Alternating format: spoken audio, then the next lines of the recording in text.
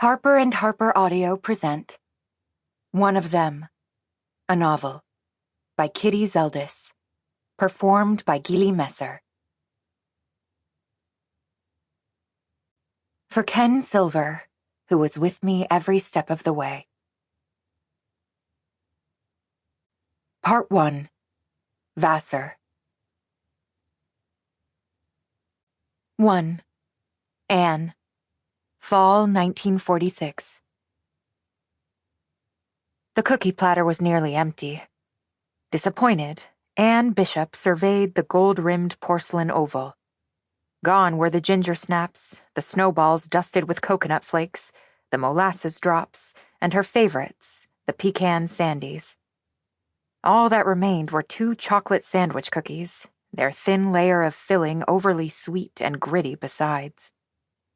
But what could she expect? It was already 4:45, and the daily tea served in the Rose Parlor, one of Vassar's long-standing traditions, was nearly over. Still, she was hungry, so she poured herself a cup, placed the remaining cookies on her saucer, and made her way across the room. She kept her eyes on the tea because she hated sloshing it into the saucer. It made her feel inept and clumsy. Only when she'd gotten to the other side of the room, just a few tiny drops had spilled over, did she look up. There they were, the little group she'd fallen in with last year, sitting together as they always did. Graceless and large, Midge Tucker looked too big for the delicate armchair into which she was crammed, while Peggy Sawyer and Tabitha Talbot, sometimes they called her Tabby, were jammed together at one end of the velvet settee. Carol Weiland faced Midge on a matching armchair, and Virginia Worthington sat squarely in the middle of the settee, taking up more than her share of the space. When Anne reached them, she saw that even though she joined them for tea almost every day, no one had saved her a spot. "You can squeeze in here." Tabitha shifted over on the settee, and so did Peggy.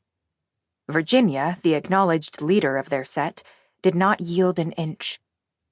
Tall, with a mane of dark blonde hair and a lean, athletic body, strengthened and honed by the kinds of rough team sports that made Anne cringe, she wasn't exactly pretty.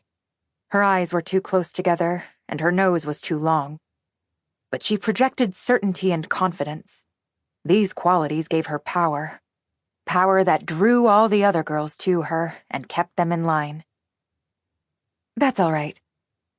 Anne set her teacup down and went to retrieve an ottoman she had spotted over by the windows. When she returned, one of her cookies was gone.